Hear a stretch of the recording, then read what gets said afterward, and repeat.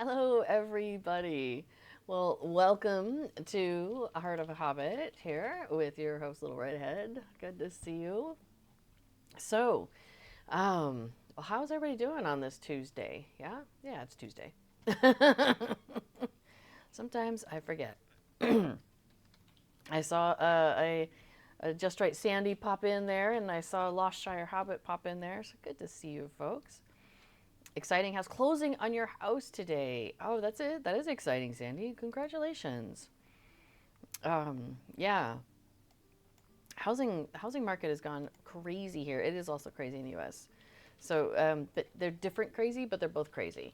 So yeah, it's really interesting when people close on a house here because there's like a long waiting process, and I don't understand exactly why, but it's like you have like 3, 4, 5 months, maybe longer. Wait a minute, we closed on our place like in April, and we actually got the keys in August. So however long that is, that's like normal, I guess here. So yeah, anyway, that's a whole other story. But it didn't take long, so it was great. Yeah, I know, right? Wow. Maybe I should go grab me a Samwise while I'm here. I love that we have a Samwise still in the yard. Every once in a while, I'm tempted to be like, well, maybe I could put a tree there instead, but I don't.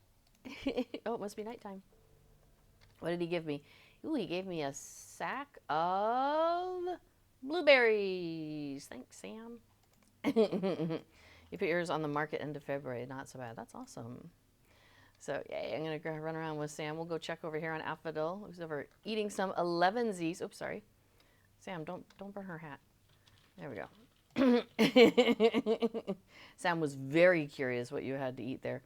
Like Casper, our cat. He also gets very curious sometimes when you have food. Yeah, he will like climb up on me and be like, in my face. It's pretty funny. The pan is hot from, oh yeah, it is an iron pan. Oh, that's really funny. So, all right, well, I thought I'd pop into the neighborhood because I think my, well, first of all, I wanted to grab the ingredient crates, which I just did without really explaining what I was doing, but there we are. I did it anyway. Ho, ho, ho. Super secret activities. Anyway, I was going to go over here and talk to Wenda because she's got my VIP rewards, and I want to top those up. It goes for 2 weeks. For any of you who've been away and are like, have seen these things before, but are like, well, how long does that last? It used to be like 24 hours or 48 hours, maybe it was. So you had to pop in basically every day. But now it's changed to 2 weeks, which is fantastic. But I only had like 2 days left. So I'm like, you know what? Just going to do that now. Get that out of the way. I don't have to worry about it. And you know what? I'm going to put something in my shared storage. Let me do that real quick. Just pop that over there. Also, I'm going to grab my Hobbit gift. So let's grab that. I get a silver today. I must have been on, I was on this weekend because I get 1 gold every week and it resets on Thursday. So I have a silver with a massive pile of copper scraps. Exciting. More money. We like money. Speaking of Thursday, by the way, the Anniversary Fest begins on Thursday. Excuse me. So make sure all of you who are Lotro players pop into the game sometime after Thursday and before a year passes. Don't tell Sam I sold his blueberries. Because you'll want to get your anniversary gift. Because, for example, eventually when you get to be 11 years, you get that cool thing that Aphrodite was doing, that 11Zs, where you get to sit in the ground and now your hands don't glow like that. That's not normal. And the pan. It's the minstrel special. Agreed. That's so funny. So Aphrodite is carrying a frying pan as a cosmetic item for, hitting things, because why would you not? But it's showing up in the 11Zs, which makes it really funny. There you go. Sandy says, oh my gosh, my cats have been so needy lately trying to clean, and they are under my feet, grabbing the broom or messing with paper towels. Constant companions. That is hilarious. Yeah, it's funny because, originally when we got these 2 cats, I had put in an application to be owners of cats that were a pair, and they were like 1.5 years old. And we'd be having a little bit more of your experience, I think, with the young and sprightly pair. But we have our older pair, which, by the way, their birthdays are this month. So sometime in April, we have dates. We think they're correct. Casper turns or turned 10. Sorry, the other way around. Casper is 8 and Cateau is 10 as of this month. So that's exciting. Your song is about the pan. Never going to give it up. Never going to set it down. Never going to eat a meal without it. Very cute. I like that version. Excellent. Yeah, so that's the cool 11sies emote that you get where you're sitting and having like a little Hobbit breakfast. So it is my goal to definitely get to 11 so I can get that that ability to do that, because that's pretty cool. You know what, Sadie? Our cats have been loopy the last pair of days. They've been like zooming all over the place and wrestling with each other. And normally, Cateau's the one who starts it. She's the older one and the smaller one. And so Casper at some point will just like end up on the ground, you know, like ready to bat her. But she's the one who's like, you know, coming at him, and then he can just push her off because he's like 1.5 times her size. Yeah, there was actually one time when, I can't remember how this happened, but like she was coming at him and he like basically bounced her and she went like up and over her. She was like, what just happened? But they've been like, yeah, a little bit extra squirrely the last 2 days. But the weather's also been a very dramatic, like we were getting very sudden rain. We got some hail yesterday. So the weather is like, the temperatures are pretty steady right now. It's like 11 for high and 5 for low every day this week with rain. But like since I sat down, we had clouds and then bright sun, and now it's clouds again. So I think our weather is moving really fast. And I think maybe that's part of what's going on. That maybe the weather front moving around is just making them a little, you know, a little squirrely. So Sandy, yeah, sounds like my pair. Pippin is much larger, a bit of a bully. Oh, Mary is smaller and more timid, but sometimes she bats him good if he bugs her. Now ours are the opposite in the sense that Cateau is the smaller one and the older one, and she's the one that instigates things. And it's really funny, and he just kind of puts up with it or like just pushes her off, whatever. Because half the time, more than half the time, she'll be chasing him around. And so you see this big cat go by and this little cat come chasing after her. It's kind of funny. But yeah, yesterday he was chasing her and he actually had her and she was like meowing. We don't get that very often. So I was surprised. I got to a point where I'm like, do I need to check on these two? Like, are they okay? But yeah, they figured it out. They're fine. So, but yeah, oh my gosh. Yeah, it has been funny. There's times when you think they're done and you're not sure. And you look over and there's like Casper watching her and her tail's like back and forth and back and forth. And he's sitting there and he goes like, touch. Just to see what she'll do. They're funny. I adore these cats. They're so much fun. Hey, yeah, and we had our family visiting recently. Oh, here, I'll take us to Bree while we're talking. So it was mom and dad, and then the 2 kids, and the kids are like 8 and 12, and they had a great time with our cats. They were very happy to enjoy their company, and so now they are very seriously considering getting cats also. So I'm excited for them. So, I mean, it's a lot, you know, taking on pets is, you know, it's not a simple thing. And if you're going to be gone, you've got to, for any extended period of time, you've got to be like, okay, who's going to take care of our cats for us, you know. Now, they, you know, if they're gone for like just a night or 2 or 3, like a lot of times you can just like put out extra food and water and stuff. And you come home and they're like, where have you been? But they're fine aside from that, right? But yeah, any much longer than that, you kind of like, they really, especially these 2, they like being looked after. They don't seem to like being home left alone. Poor kitty cats. Okay, so what we were going to do today, I had put into the posts that I put out on the social media, that we were going to do the epic battles today. So let's get that started, and we'll show you what's going on. So, oh yes, and he says my 1-year-old granddaughter loves to fish for the cats. Yes, using the pole with a toy on the string. Yes, they call that a fishing pole here too. I guess that's kind of universal. Um, the that was a cute name. Um, when we got the cats, they said that Kato likes to chase balls and toys, and she plays with toys. But they said that Casper doesn't really care for playing with, yeah, doesn't really care for that, except for he likes the fishing pole. So we did go ahead and get a couple of those. We have a couple of those around the house, and occasionally he bats at them, but he actually chases other things too. Like, yeah, he chases little balls around, and like the little stuffed mouse, he'll bat, bat, bat, bat, bat, and then it goes under a piece of furniture, and then he's like, where did it go? It's really cute. And then also the milk rings, like the rings off of a milk jug, the little plastic rings. You take that off, and the cats just love those for some reason.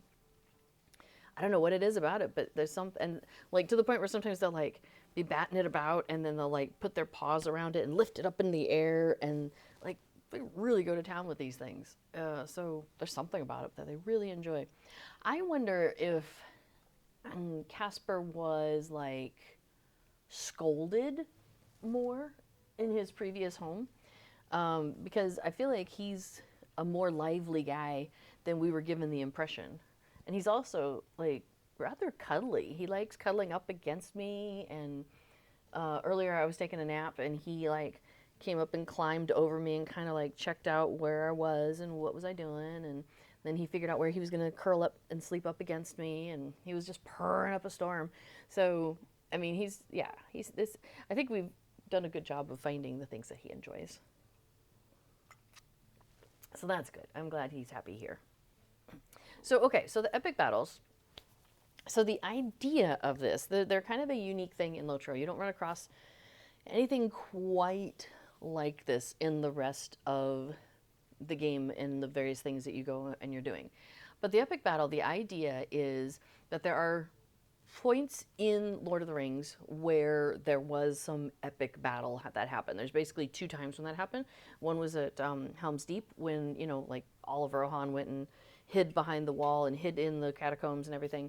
And then, except for, you know, like the soldiers were up there and trying to fend off the forces of Saruman and excuse me, and all that. And then the other time is when they're at Minas Tirith, you know, and then you've got Grond coming and all of those things happening. So currently where we are on Treebeard, because we're on the Treebeard server today, Treebeard server is not a regular server, it's what's called a legendary server.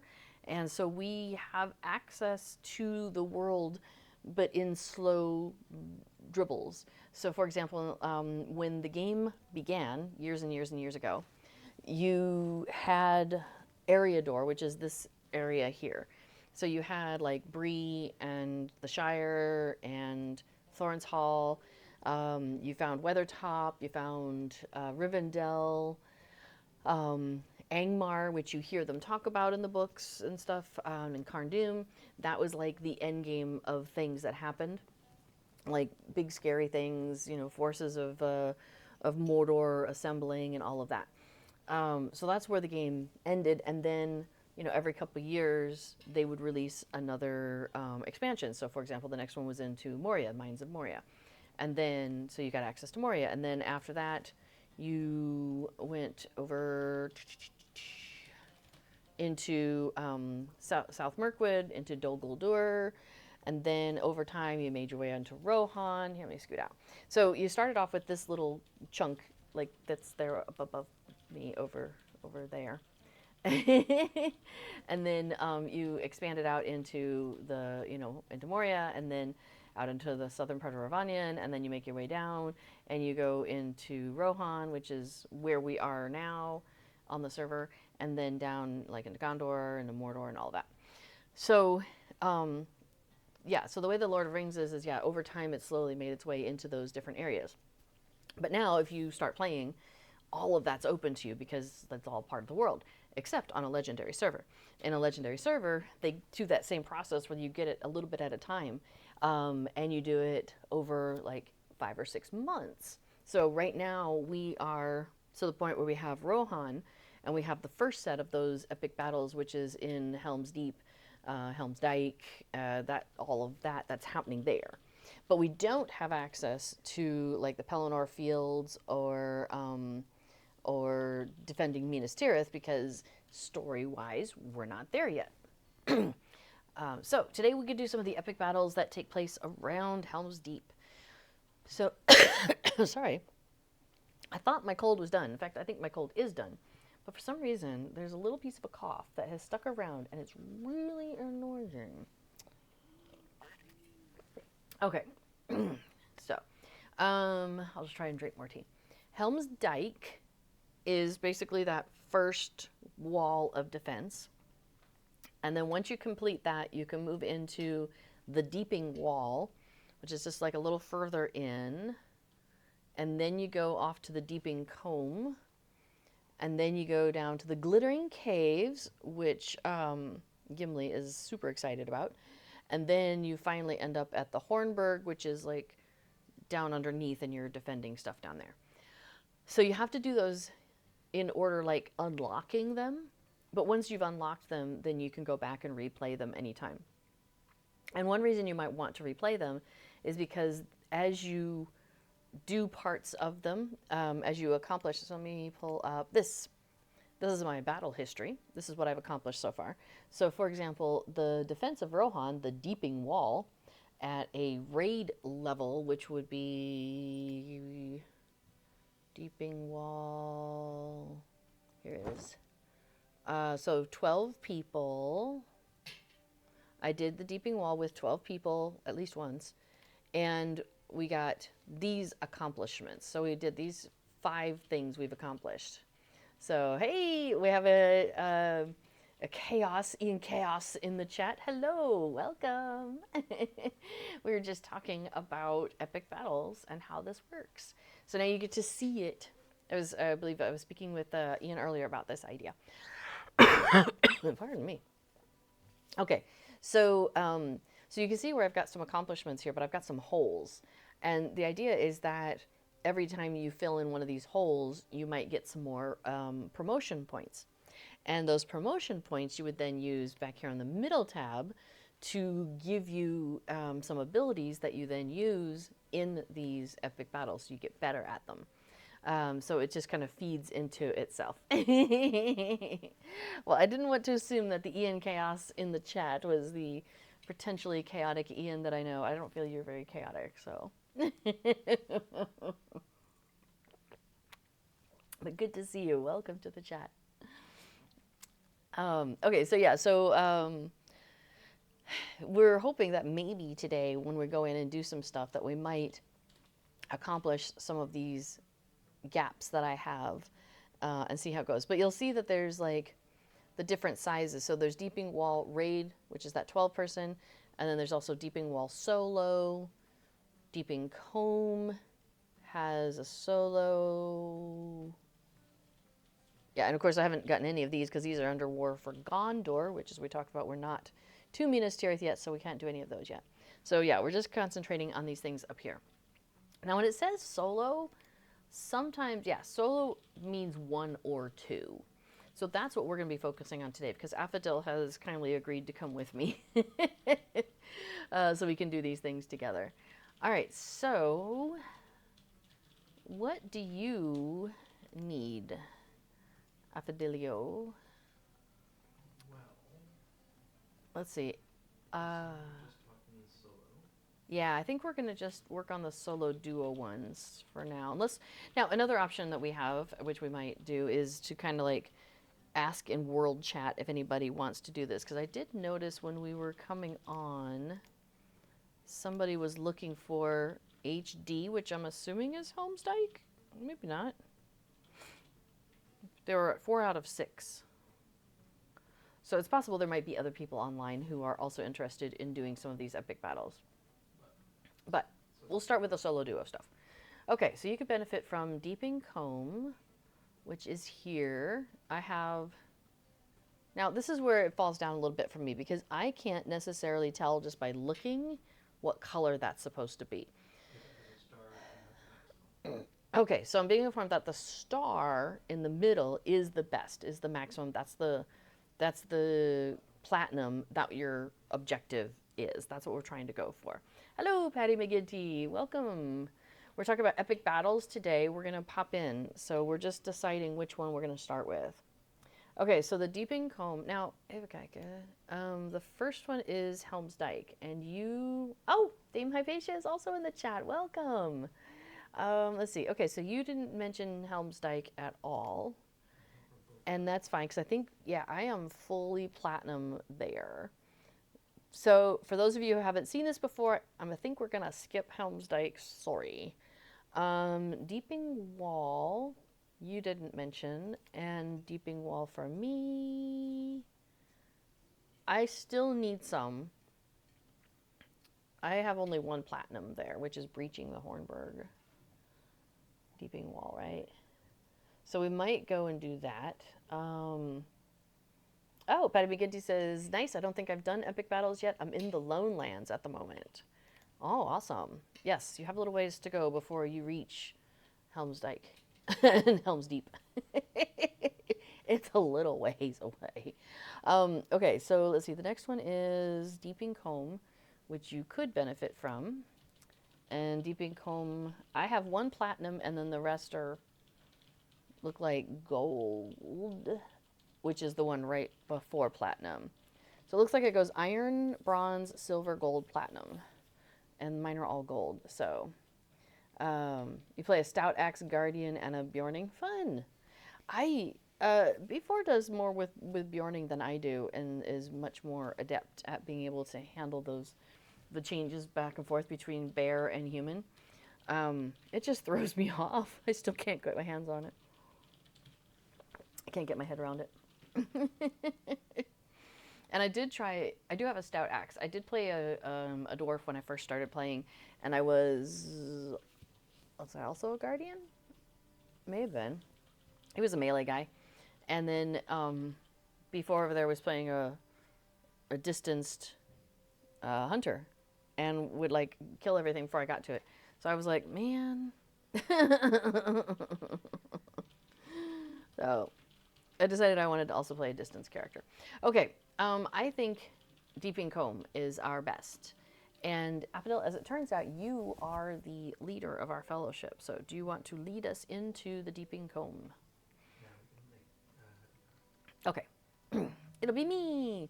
Okay, so now I'm going to choose Deeping-Coomb. So I need to go back out here to where the map is. And I go and I pick Deeping-Coomb. So I'll see how I put a little X on it so it shows me which one I'm choosing here. And again, you can't get to these without doing them in order initially. But we have done all of them, so they're all unlocked for us, and we can now bit bop back and forth between them. But story-wise, they do have an order to them. Okay, so we're going to start with number 3, because why not? Yeah, and so Patty McGinty prefers melee over range, or yeah. So, yeah, I think that it's nice how there's, like, different styles, because I really like the melee characters that they've made, the different types of classes and stuff that they've made. It just doesn't really fit with what I enjoy doing at this time. Although I did play Brawler a little bit, and that was fun, going up right up and punching things in the face. That was kind of fun. Anyway, let me get this launched. And Deeping-Coomb you can only do as a solo or duo anyway. So we would only be doing it with the 2 of us and not with a larger group.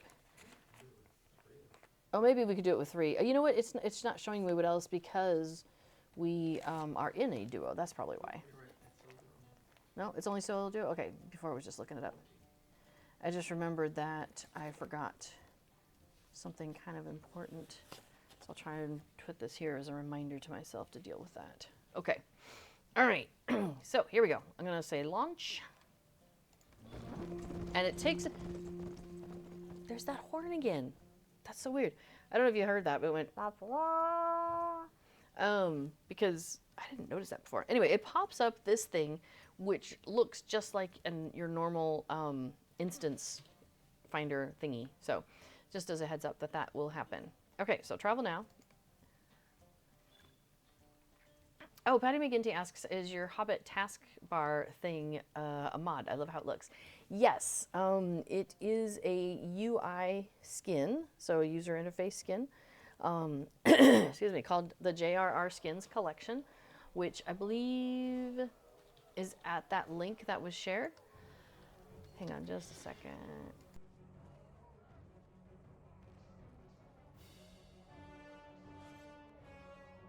There we go. Sorry. Oh, Aragorn calls out. They march toward the Hornburg. Okay, so we're at the point in the story where they've blown a gap in the wall. And so we're fighting hand to hand down here on the ground. Sometimes you can find like a box of an unassembled like ballista. There we go. Or barricade. Yeah, different siege weapons. Conveniently, they put it right next to the retreat from battle table, which I don't intend to click. Let's see. I think I can pick up one of. You can pick up one of each.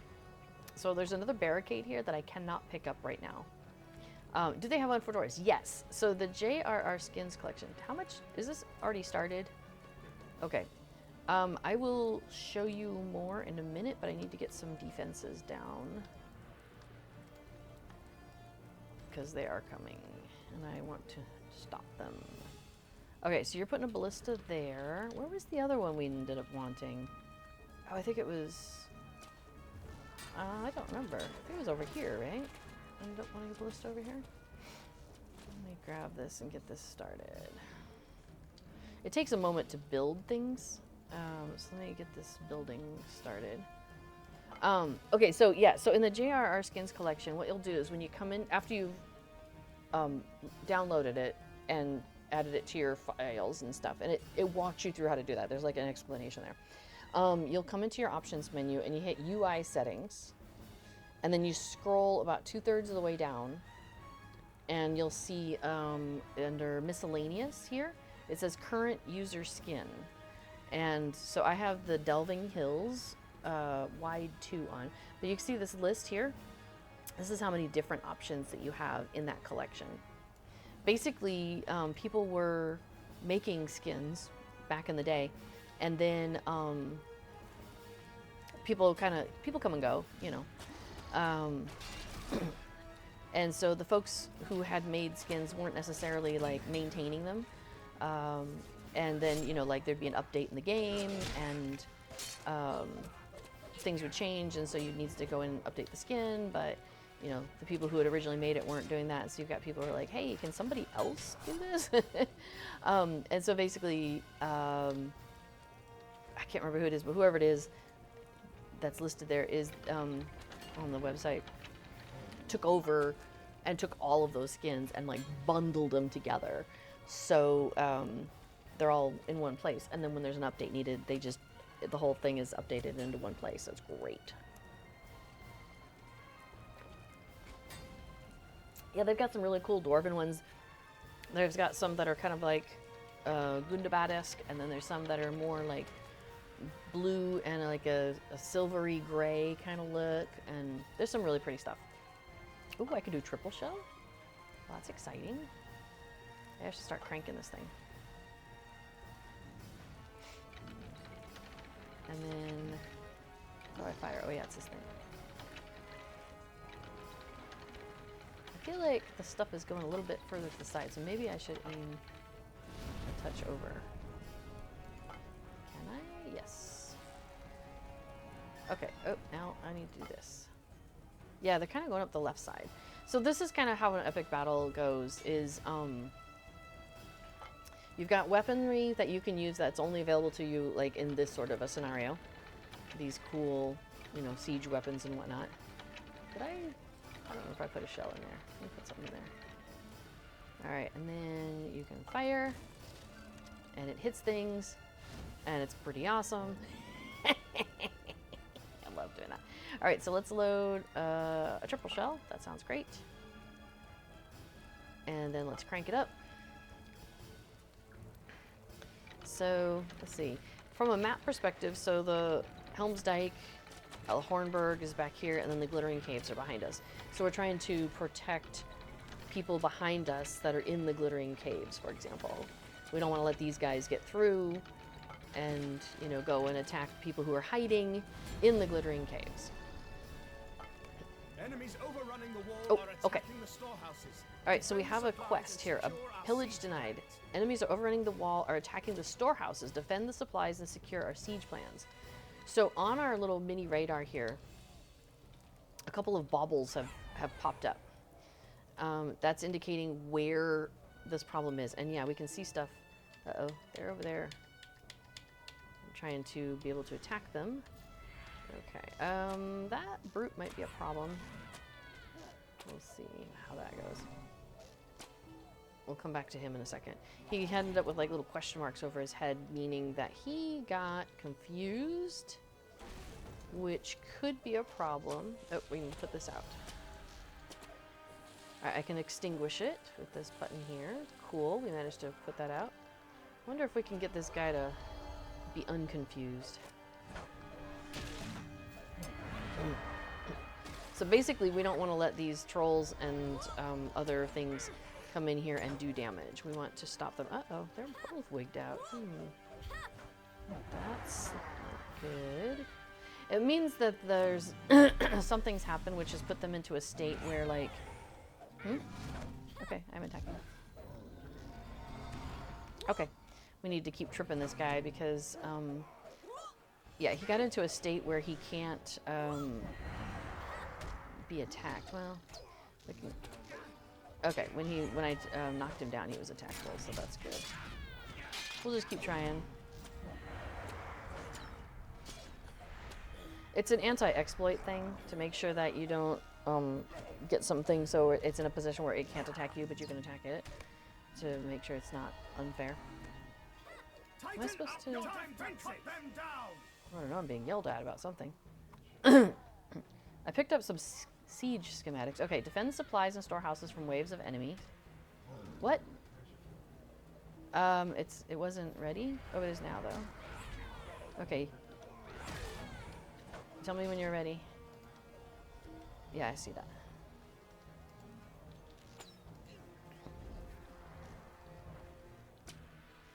So we're gonna get rid of this wave, and then we'll come back and deal with this guy. What just happened there? Okay, we're gonna go and try and trip these guys again. And see if we can attack them while they're tripped. Okay, here we go. Cool, managed to get rid of one. Okay. We'll just have to come back for the other one. Some of the, some of this is a bit old, and so occasionally, you know, the software just doesn't react the way it should, but that's okay. I wonder if I'm supposed to be picking up these siege schematics. No. Do not allow the guards to be defeated. We're fine with that. Defend the supplies and storehouses from waves of enemy, and we're at 4 out of 7 on that. Oh, ready? Okay, I'm gonna trip him.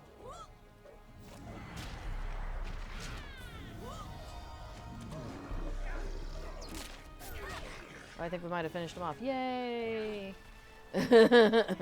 Anyways, occasionally, you know, something goes a little squirrely, and that's unfortunate, but there we are. Hey, honey, there's a siege schematics over here, and I picked up one. I don't know if you need to pick that one up or not. I got one, but it won't let me pick that one up. I know it says 0 secured. Oh, okay. Cool. Let's see, sorry. How many people can do epic battles together, asks Patty McGinty. Oh no, this guy's bugged out in the same place. There's just something about those guys. Yeah. Hey, can you make more health on this equipment storage house? Okay, you ready? Okay, here we go. Tripping the guy.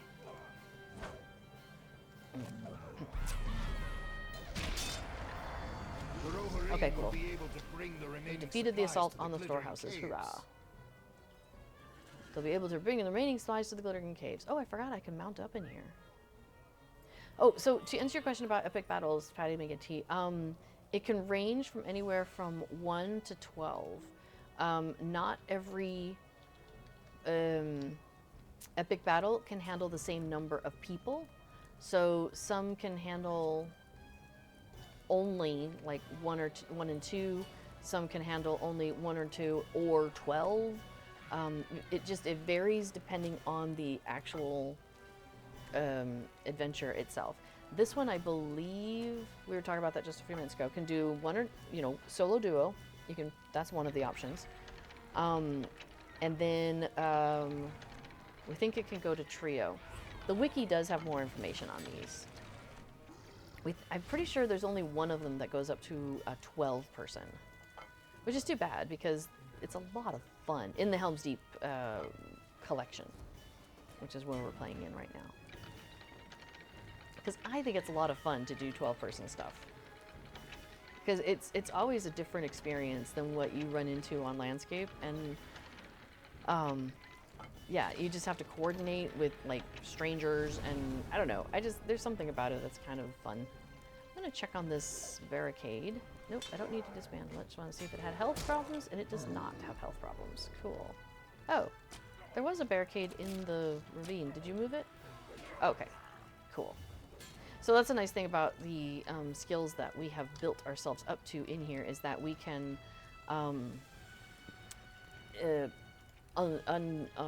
we can disassemble some of this siege equipment and then move it to a different location, which is handy. Yes, Dame Hypatia says, the dulcet tones of a Hobbit minstrel in the background. Yeah, that's yeah. Before definitely enjoys his screaming Hobbit. It's entertaining. Let's see. Oh, I did triple. There we go. And then we're gonna crank this up. So Patty asked, what class are you playing as? I'm playing as a hunter, and then Affadil is playing as a minstrel, as a screaming minstrel. I mean, that's the only kind. That's very redundant, isn't it? Kasplush. I do appreciate that we don't end up with friendly fire problems. That's nice. Because I am smacking Aragorn over and over on the head over there. Incoming! Yeah, that's right. He's got the hands of a healer. He'll be fine. I wonder if I should put it a little further over. I don't know. I could hit them before they even get there, but that's okay. This is fine. I'm sure this is fine. Yeah, Patty would get D12, but 12 does sound fun. I know, it is a lot of fun. So we did do one of them, the 12 people version, I don't know, about a month or two ago. Because on our Saturdays, we often have a group that we play with, and we can get as many as 6 in our normal group. So then, we can just like go out to world chat and be like, hey, who else wants to join us? And, we can often get a few more, which is a lot of fun. And it's really funny because you do end up seeing kind of the same names over and over again. So you're like, oh yeah, so-and-so, we've run with him. Oh, he's nice, or she's nice, or whatever, Okay, yeah, we'll play with them. Like, it's cool. So that's kind of fun. Okay, Sandy's gonna lurk for a bit. Oh, AMR calls out, the coming respite will not last long. Oh, we must hold the line against, something, wait, what did he say? It was hold against, while all flee who can, hold the line, Rohirrim. Okay. Oh, dismantling barricades? Okay.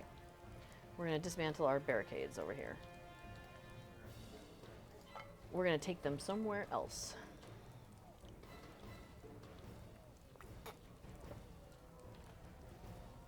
Okay. I can pick up a barricade. Okay, let me dismantle this one. Alright, Naphadil is trying to show me where to put them. Okay. Now you can only hold one at a time. So I'm going to... Here? Yeah, so... Well, I can't stand where you are because it won't let me put it where I'm standing. So I'll put it where you're standing. I can do that. I can't... It won't let me put it where on top of myself.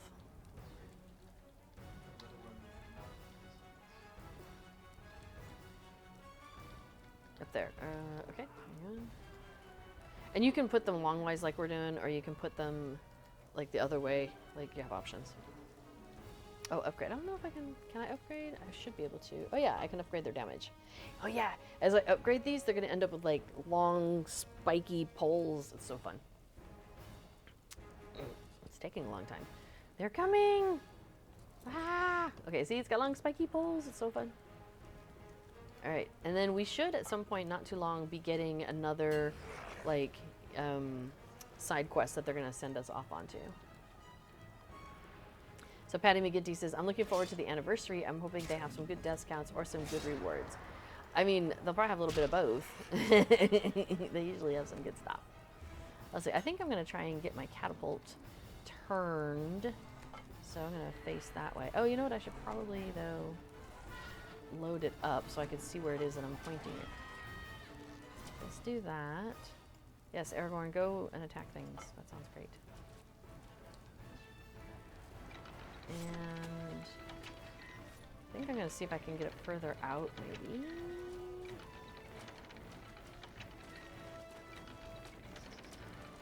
If I shoot him there.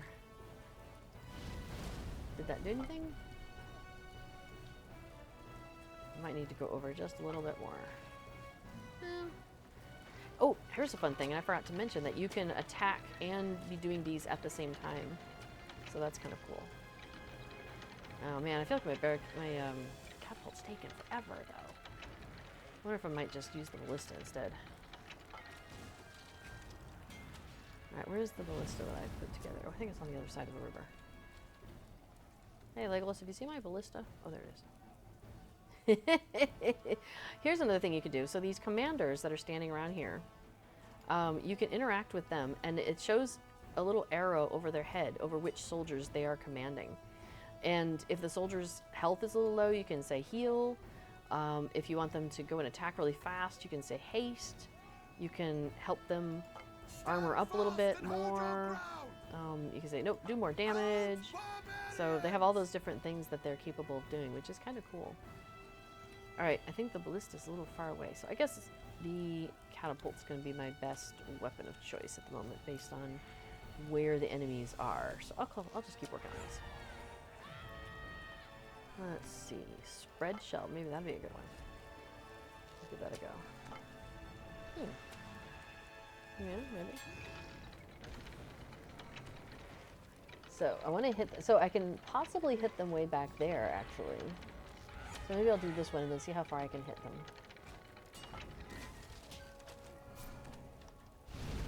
them. Okay, so let's try the triple shell again. That might give me some verticality, and then we will crank this and see if I can get any of those people way back there. Hi, sweet girl. The toe swinging by.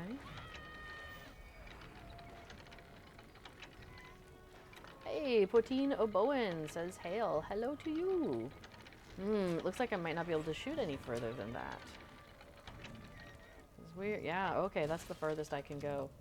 Now, if I'd placed it further in, and I could dismantle it and move it, but if I place it further in, I can actually hit some of the things back there possibly. But, oh well. I think we'll just enjoy it where it is. I think it'll be fine.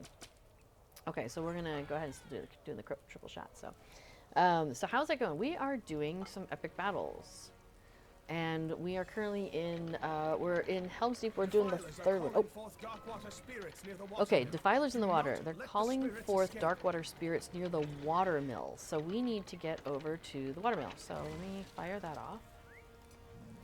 All right, Aragorn, you're on your own. Well, you and Legolas, you can handle it, right? Awesome. So we gotta go find the water mill, which, again, it'll have a little indicator on the mini radar here. And it's in this area. Looks like I might need to go up a little further.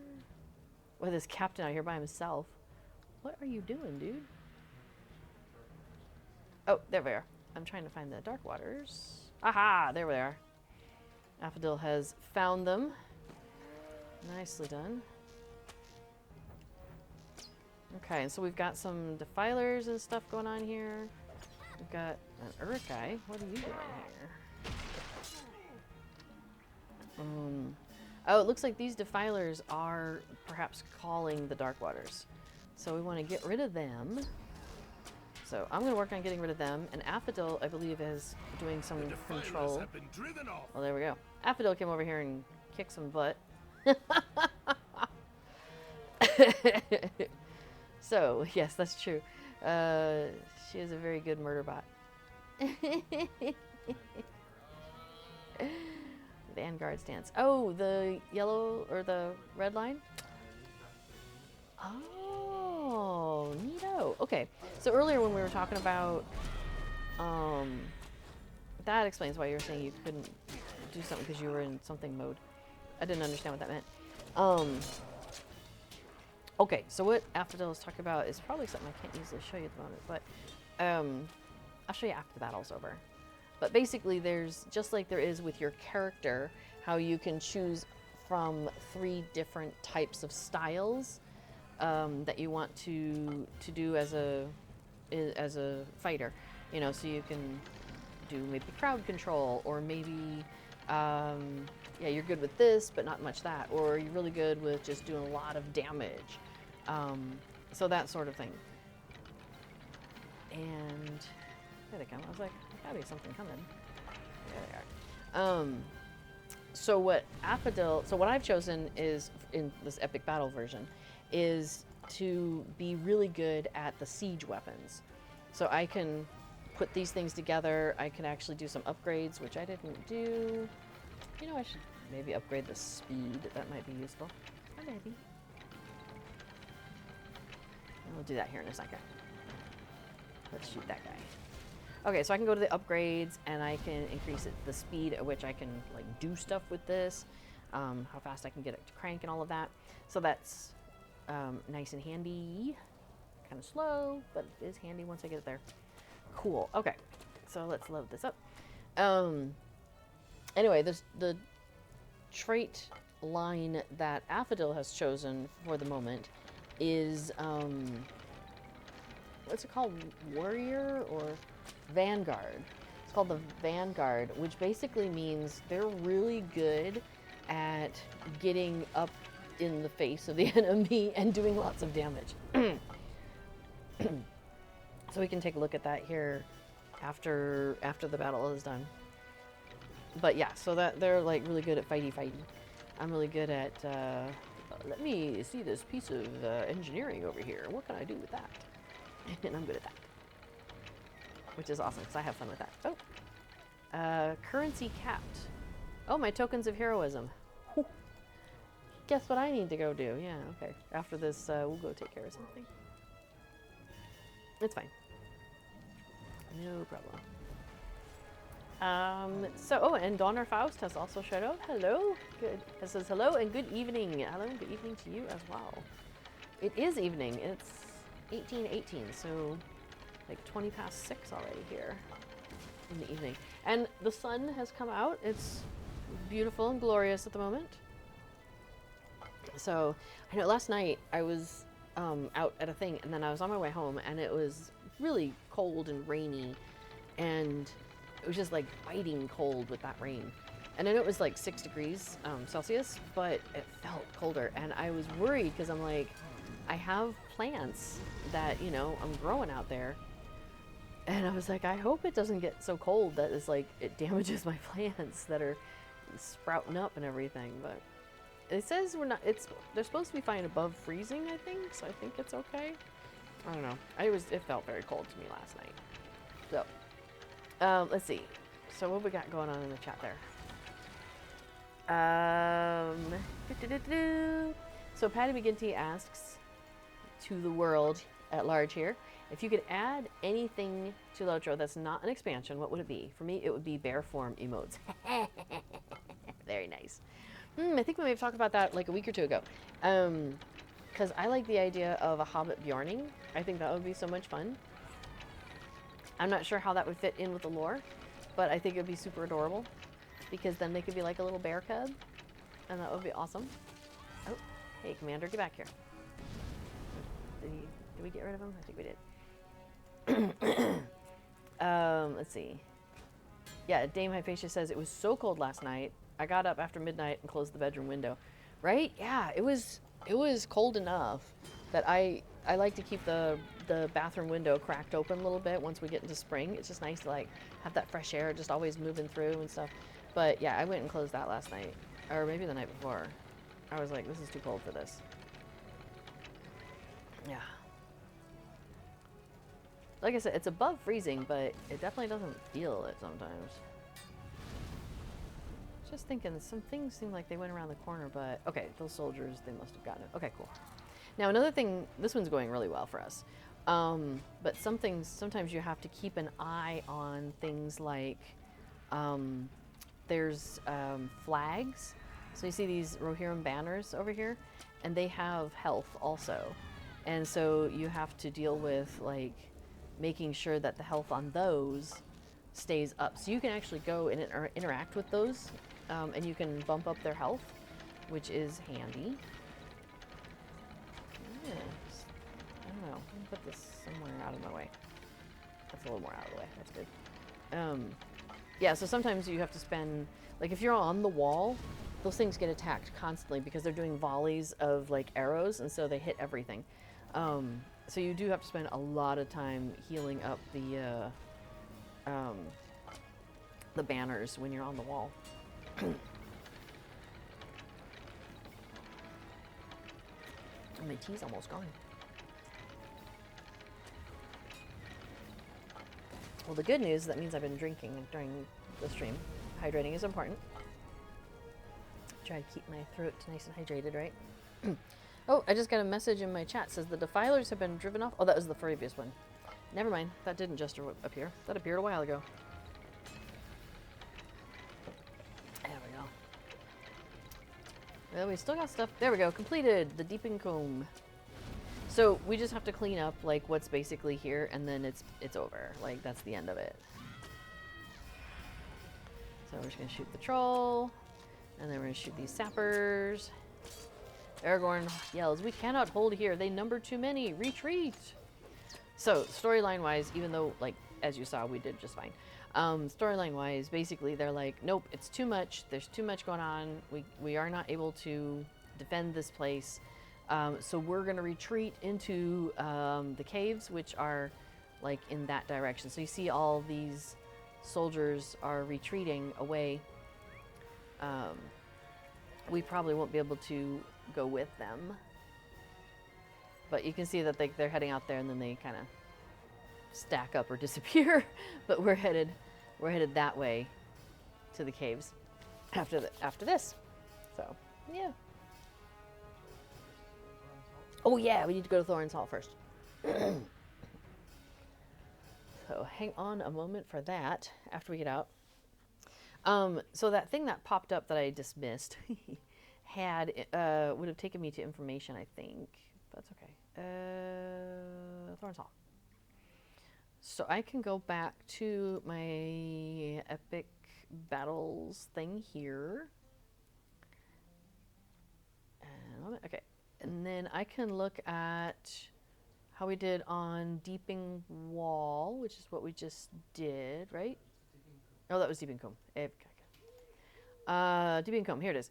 Okay, so now I have a platinum on Defilers in the Water. We just got that. Hoorah. We got Prepare to Fall Back. We have a platinum on there, so that might have been why I had platinum on before, I'm not sure. Still have a gold on a pillage denied. So that one we missed by something. It says the invading army has overrun the wall and is attempting to raid and pillage the various resources found within the deeps. Storehouses and stockpiles of supplies must be protected from the vandals. Well, it's true. That might not be the one we did. Well, it must have been. I think so, because supply crate, you lose merits for a supply crate being destroyed or a storehouse being destroyed, and you lose a little bit if a storehouse guard is defeated. Not sure if either of those happened to us. Oh, but we would have gained more merits if schematics are delivered to the water mill. We missed that. Okay, so next time we know we're supposed to pick up those schematics and deliver them to the water mill. And then also protect the supplies. We did that. and protect the storehouses. We did that. Okay, so we did everything we were supposed to do except for we didn't deliver the schematics. Okay, that explains why I was like, why can't I pick this up? And then there's one called Searching the Debris, which we did not get this time, but previously I've gotten it, and I've got a gold on that. So I've got a little bit to go still on those two. Let me take care of something here first. So I am currently participating in this additional thing that you can do where you add difficulty to your game. And so you talk to one of these guys, these hardened travelers that are kind of leaning on things around Middle Earth and looking really bored. But you talk to him, and then you can pick a difficulty level, and it makes things harder for you. And then also, while you are on that difficulty, you earn, when you defeat things, you have the possibility of earning tokens of heroism. There is a cap of 60 on those, so you want to come and turn them in on a regular basis. So I'm going to turn in this task. How can I be of service? Where I'm going to give him 10 tokens of heroism. It doesn't say that here, but I know that's what's going to happen. And I'm going to get from him 3 heroes marks, which is a currency I can use with him. Seems a little silly, but there you are. Now that task has a cooldown. It resets on Thursdays, I think. So I have another 8 hours in a day before I can do that one again. But I can do the tier 2 version, What can I do which gives him 20 tokens, and I get 5 heroes marks. So not quite as good as the tier 1, but it still gives me stuff, which is cool. And then I still have enough. I'm going to turn into him for the tier 3, which gives him 30 of the tokens for 7 marks. So each one is a little bit less of a good return, but that's okay. So what do you do with this? So now I can barter with him. How can I be of service? And he has these emotes, which are basically epic versions of regular emotes. So there's, let me pull them up here. So for example, there's the shiver emote, which looks like this. I don't know if you can see that, where she's kind of like, mm. But then there's also an epic shiver, which looks like that, and there's like cold and stuff falling off. So let's see, what does Affadil have over here? What have you got going on? Okay, so there's the regular shiver emote. And then there's the epic shiver. And see how all the stuff falling off, or I kind of put my mouse over her. And this is the succumb emote, succumbing to despair. And then the epic version, there's like all this stuff coming in at you. Oh, even your eyes were kind of pink there for a minute. You got any more? Okay, so draws on hidden reserves of strength to resist falling into despair.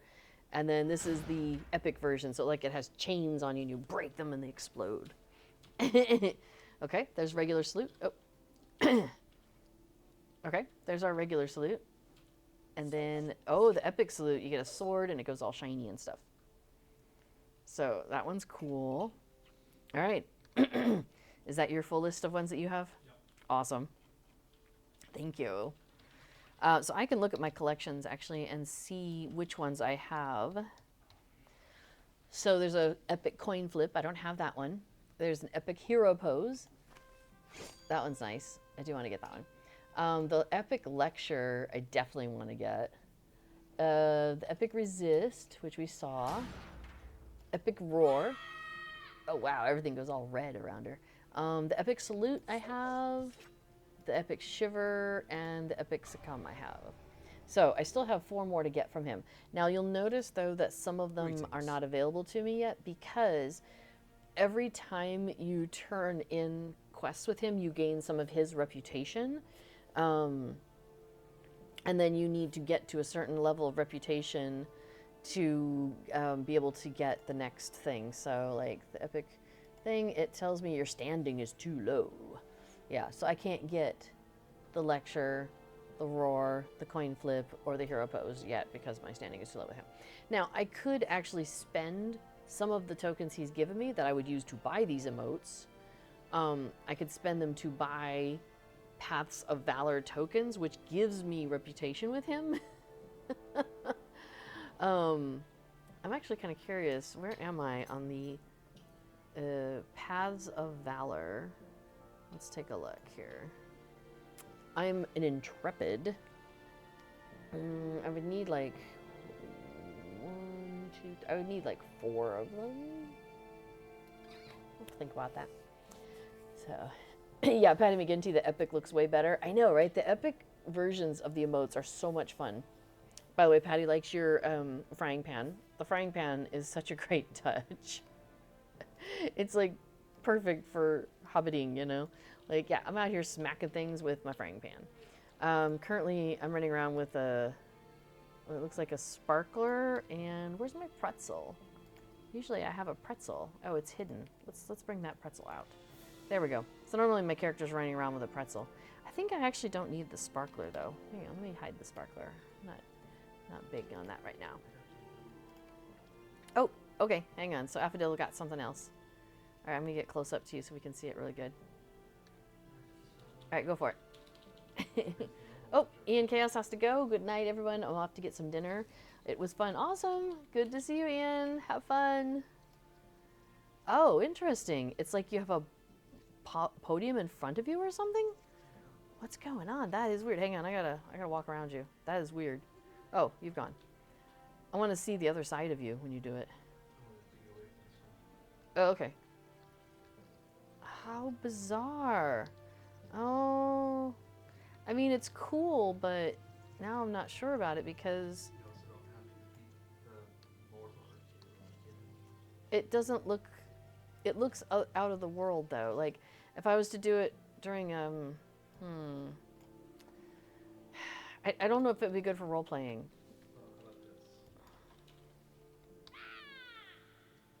Okay, that was the regular roar. That one's so funny. That's so cute. Oh, Egg Arthur says, if you didn't show it already, Epic Coin Flip puts an icon of the coin above your head so everyone can see whether you flipped heads or tails. That's really funny. Yeah, see, Patty McGinty, right? That roar would be good for a Bjorning. Absolutely, yeah. And there's like red flames everywhere. Well, I kind of want the regular lecture emote. So as before I was mentioning in the background, to get the regular lecture emote, so if you want to know how to get these, it tells you right underneath each of the emotes how you acquire it. This one says, acquired by completing Chapter 6 of the Black Book of Mordor. So that is a ways away. I am unlikely to get that anytime soon. So the epic lecture is more likely. Sorry, I'm just seeing shadow like on the back. I'm like, where is that coming from? It's the olive tree. Oh my gosh. We have a tree that when we moved in here was teeny tiny. And now it's big enough to be putting a shadow on our back door. That is crazy. Yeah, just defeat Sauron. Super easy. Okay, so I don't know. All right, so it's going to be a while before we get that one. No worries. I can wait. Isn't there one called storytelling or something like that? Is it? Or yeah, there's a story one. That one's not bad. It says everyone can use this emote. So this is one that you get from the very beginning. You know what? Story is pretty good. I just need it to like loop and keep going. So that would be cool. All right. Okay, so I've turned in my tokens of heroism, so I've got that kind of sorted out. Oh, I was going to show y'all real quick, though. Hang on, before we head back in. So there's the 3 different paths you can take here. So I have the engineering path, and I have put a couple of points into this heal order cooldown. So remember when I was talking about you can go like to the captain of the soldiers and give them an order, and then they pass that on to their soldiers. And so one thing we were running into on like the wall version is that the soldiers were getting damaged a lot, and we were having trouble keeping up with that. So I put points into the ability to tell the commander to heal their people. The thing is, when you tell the commander to heal their people, then the commander has a cooldown and you have a cooldown. So I can't just go from commander to commander to commander and be like, heal your people, heal your people, heal your people. I have to wait until my cooldown has finished. So I put some points into this one, which makes my cooldown go faster. So I can go to one and say, heal your people, and then sooner I can go to the next one and tell him to heal, and then sooner I can go to the next one and tell him to heal, and hopefully by the time that's done, I can loop back to the beginning. And then I also put a couple of points in the strength of my heal order. So when I do tell them to go and heal their people, they get more healing out of that command. So I've called this one my engineer with healing. So that's engineering with a little bit of few points in officer. Now what Affidel has done has put a whole bunch of points into Vanguard, and Vanguard is this one. So this is like, there's a kill streak where you can increase your incoming, you can increase your damage, basically. Increasing damage. This is increasing more damage. Also increasing damage. So basically it looks like these are all like increasing your damage is what it sounds like. Oh, and then there's a healing modifier. Okay, you wouldn't use that probably there. Soldier defeat effect chance. You steal your resolve and focus on your defenses. Defeating an enemy raises your defenses for a period of time. Okay, so that's cool. Yeah, so basically, yeah, so as you can see, these are all like more damage. And so, and then there was also something about moving faster. Oh, there it is, run speed, increase your run speed. So Affidel is basically speedier and able to hit things harder. Oh, I have 28 points available. Hello. Where did those come from? Let's do something with that. So I'm going to go ahead and continue working on engineer with this build. So you notice there's 2 tabs here plus a third one that you could buy.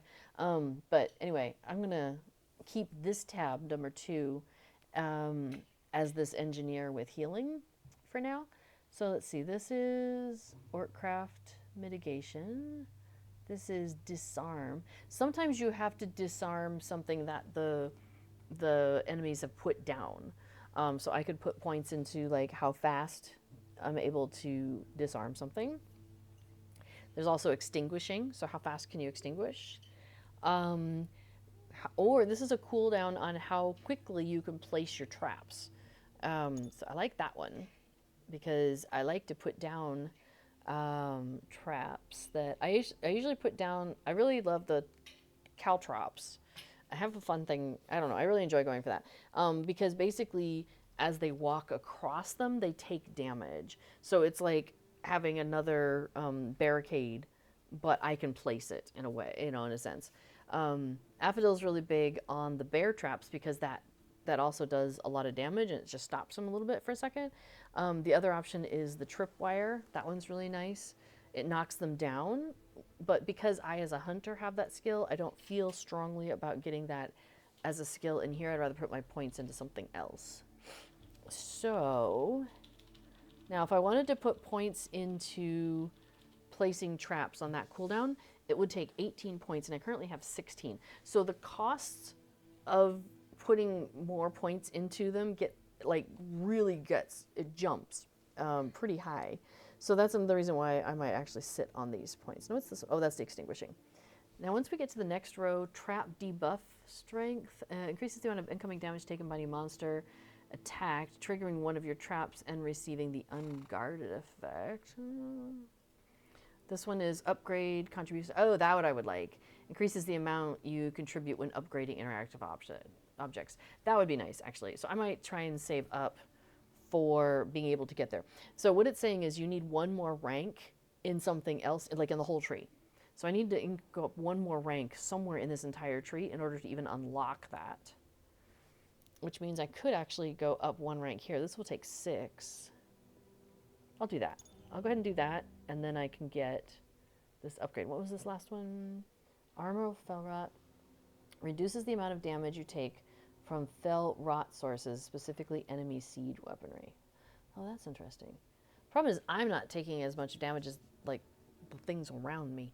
So I think I'll do with the upgrade contribution, and we'll apply that. So we're going to commit to that. This is good. Yes, it knocks them down, but they get up again. Ain't no tripwire going to keep them down. So now I've also done You'll notice the little bar on the side has gone tick, tick, tick, tick, tick, tick.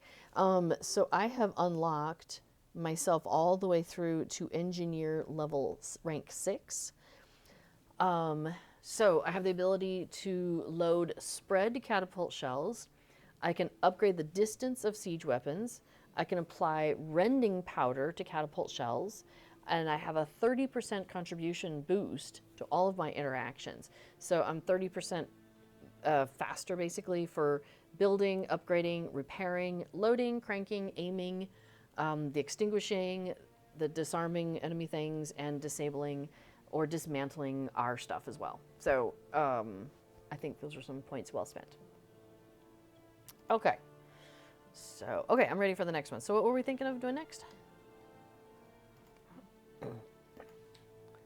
I just closed it. Glittering caves. Let's go find some caves that glitter. All right, and how am I doing on glittering caves? Let me have a quick look. So, defensive Rohans, glittering cave.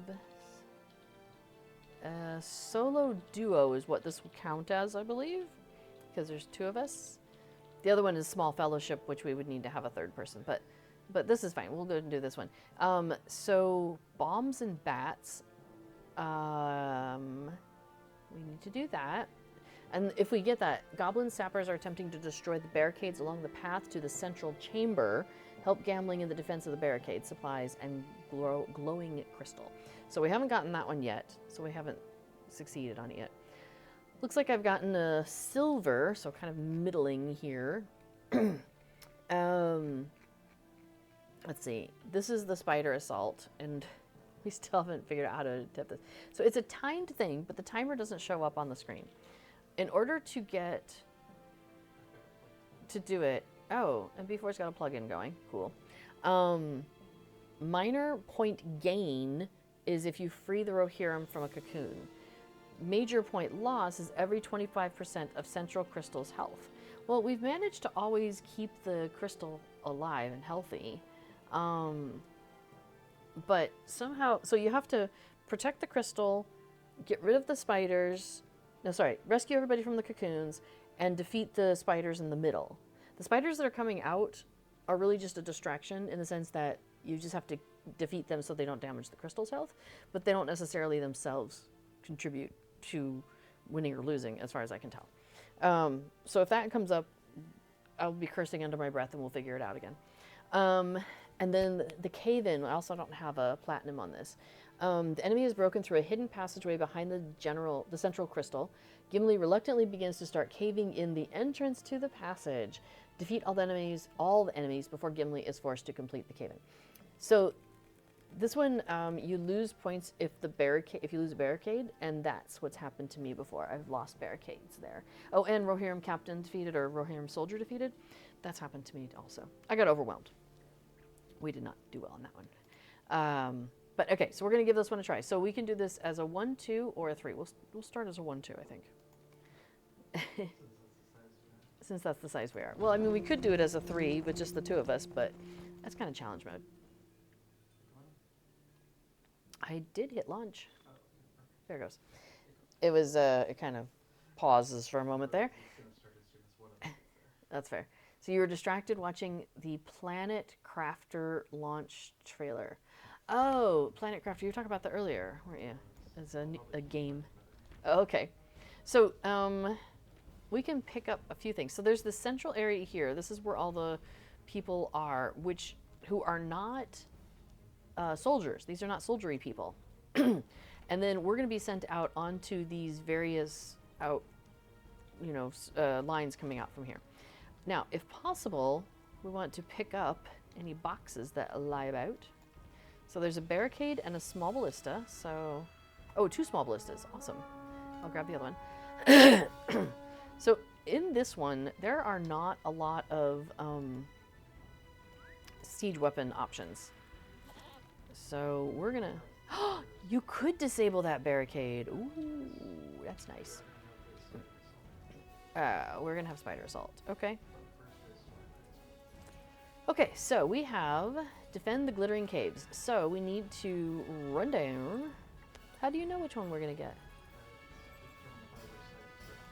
Oh, interesting. Okay, so B4 says based on which side you start, I know we're starting over here, over on, well, that direct above me, so that direction on your screen.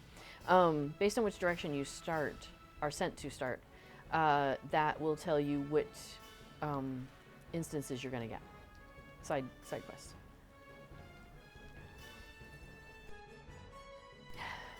I know, sorry, baby. Okay, I'll come over here. Thanks. I sneezed. I managed to get it on quiet there, so I didn't sneeze on y'all's ear, which is probably good. But the cat, she chitters at me when I sneeze. She doesn't like how loud it is, so she's like passed out, asleep, and she wakes up, and goes, and then puts her head back down because she's so funny. All right, and you can see the health of my ballista is going up over here as I'm building it, so that's convenient. Okay, I have built a ballista. Now, before the enemies come, I'm going to pop this thing down. I think I'm just going to put it right here. And then I'm also going to upgrade its damage real quick. Okay, or real slow, whatever.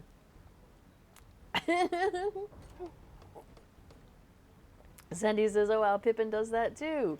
If I sneeze, cough, or any strange noise. I know, right? It's so funny. It cracks me up. I don't know if I've had a cat do that before. I'm like, what? What did I do? But yeah, she like, and Casper doesn't seem to care. Oh, he's gone. But sometimes he'll like lift his head up like, what? But then he just goes back to sleep. Whereas, yeah, she seems to notice. All right, I don't know if I'm going to need distance on this or not. Let's find out. Yeah, I've never heard of that before. Yeah, okay, cool. I'm glad I'm not the only one who's like, what is going on here? This is so weird. All right, so I've got my ballista here.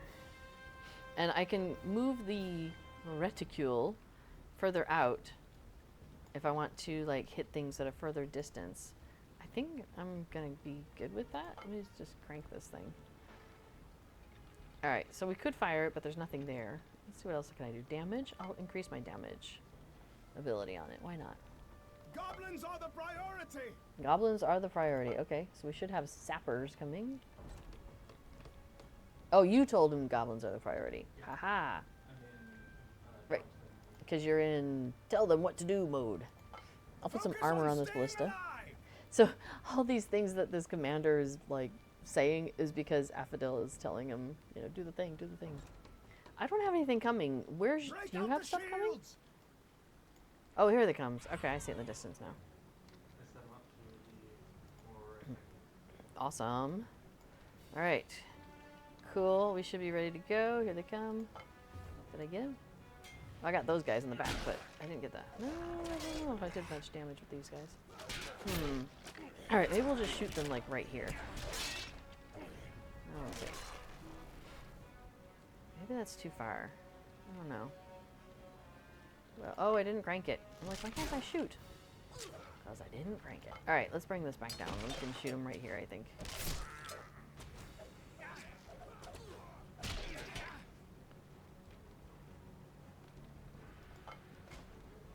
There we go. That did something.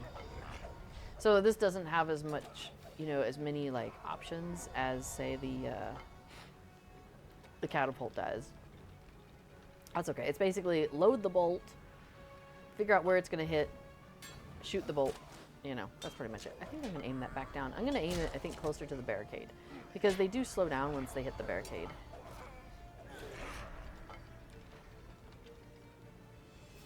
Let's see, how much closer can I bring it? Yeah. Yeah, I think that'll work. And I'll just, oh, maybe that was too close.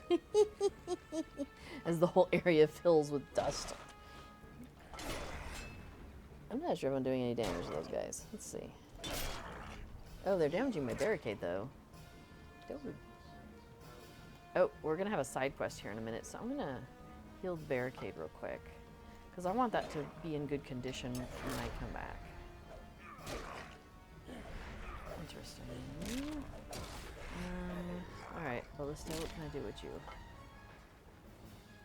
Alright, let's click on this guy. Yeah, I'm not sure if I'm too close. Alright, According to B4, we're gonna get our side quest here in like 10 seconds.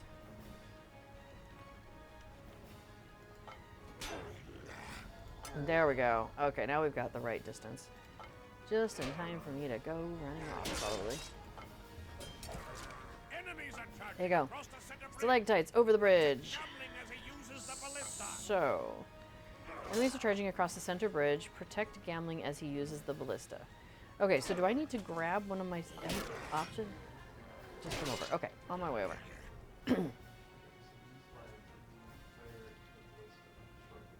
Oh, these flags here tell the people manning the ballista where to shoot, like close, far, close, medium, far. These things you see out in the thing.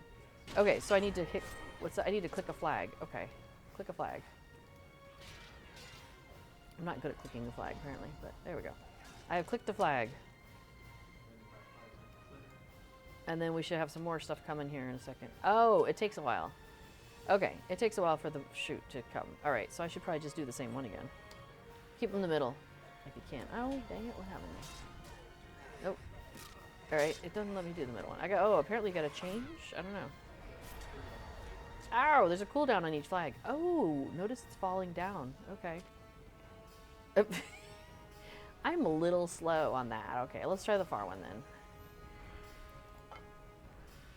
I'll keep them by the green horsey. Maybe that's too late. I think it's too late. Yeah. Oh well. Alright, I will... Well, the red one's back up, so I'll do red. I'll start with red right now.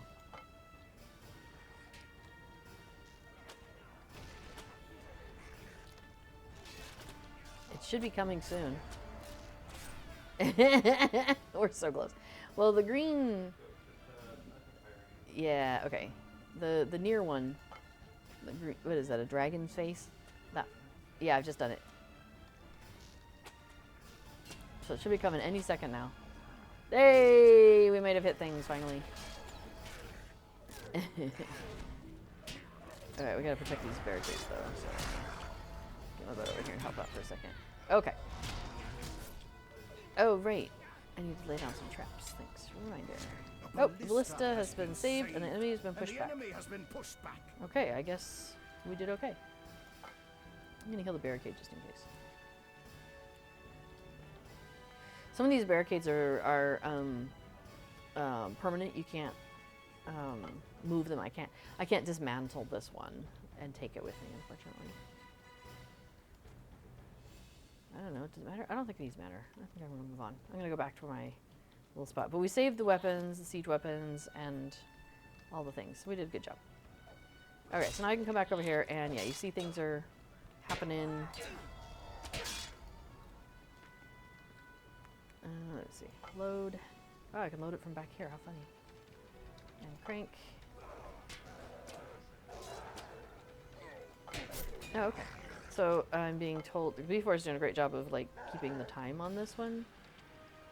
So we've got like 30 seconds and then this wave will end.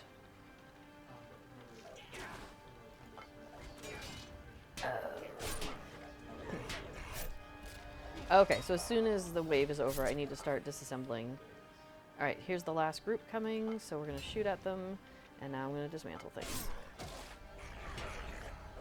Really slow on the dismantle, feels like. Oh, okay. I should be able to get both of them, I hope. Come on, thank you. Alright, give me the barricada. Okay, and the ballista. Thank you. Alright, I've got both of them in my inventory. I'll just stick them in my pocket. Let's make sure everybody's healed up, just in case. Alright, so they're going to send us somewhere else, so we're going ahead and starting to run over there.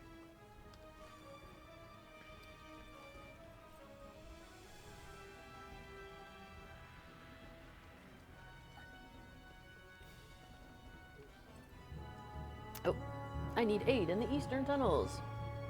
We're on our way, buddy. Okay, so you can see we're headed up to the little trail up on the right hand, yeah, right hand side there.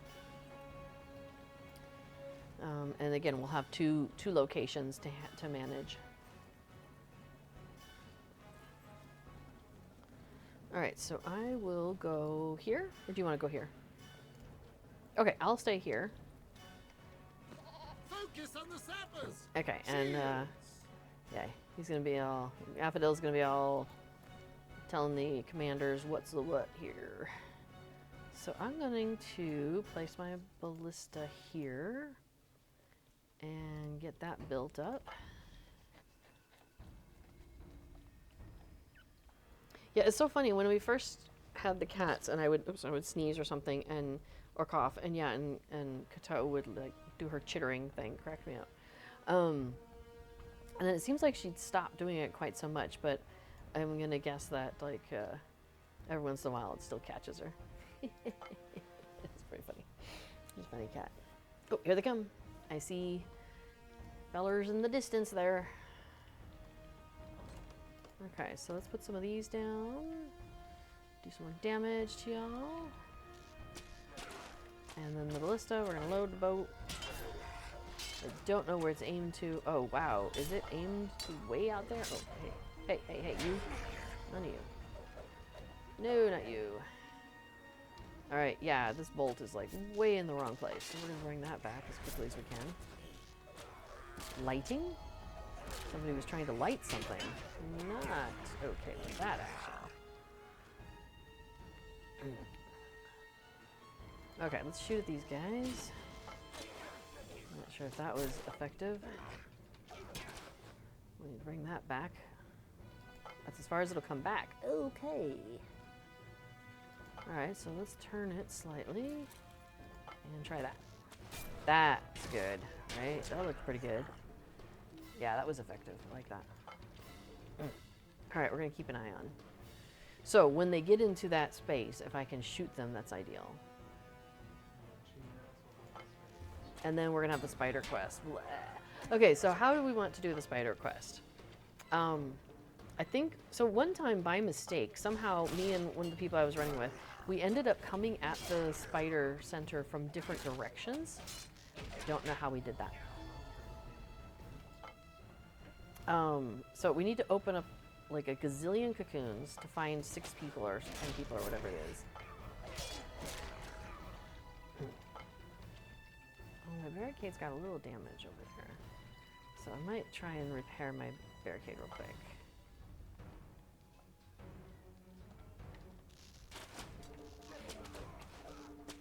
Now, like I said, the nice thing is I can actually still be like shooting with my bow and arrow at the same time as, hey, no lighting my thing. They lit my barricade on fire. Not happy with you. No lighting my barricade. Who's doing that? We need to shut them up. Ah, okay, fine. Oh, in about a minute, okay. Cool. No, that didn't hit anybody. I was too late on that.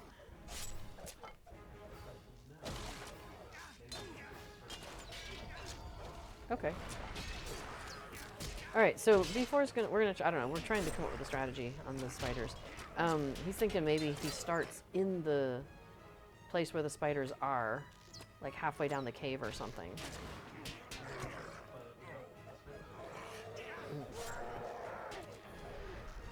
Yeah, but I think, okay, so we're talking about like we have to defend the crystal, but I think if the soldiers are told like do the thing, maybe they are capable of defending the crystal on their own, at least somewhat. All right, we are gonna head off. So here we go. Where's, wait, oh, we're coming this way. Yeah, spider assault. Here we go. So we have to defend this big old crystal here, and then we also have how much time? Yeah. Yeah. All right. So. Okay. Starting to open some cocoons. Opening cocoons. I will try to remember to defeat spiders next time they come through. I did let a couple spiders go by. But there we go. I put some caltrops down. That'll also damage them. Okay, so we've probably gotten... I wonder if I can do cocoons and attack spiders. Looks like yes. Okay, cool. That's good. Alright, I'm trying to open as many cocoons as quickly as I can. Hey, I found one guy. Okay, we've got two so far that we found. Yeah. Oh, interesting. This spider's actually paying attention to me. Usually they just ignore me. Well, that'll keep it from attacking the crystal.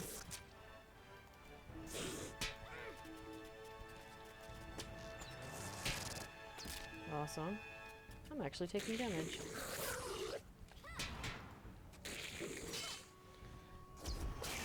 Okay, cool. Get rid of this cocoon. And this, come on, give me cocoon action. Okay, we've got 1:30 to finish this. So, it looks like I found the big spider in the middle. Don't engage. Okay. Don't engage with the big spiders. Got it. Oh, no. Okay, cool. Alright, so I need to heal and do cocoons. Did you get all the other cocoons that were behind us? Okay. Oh my gosh.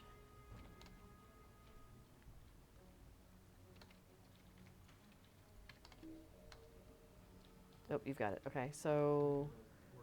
Oh, can we? Okay, it goes faster. Nice, okay. Yeesh.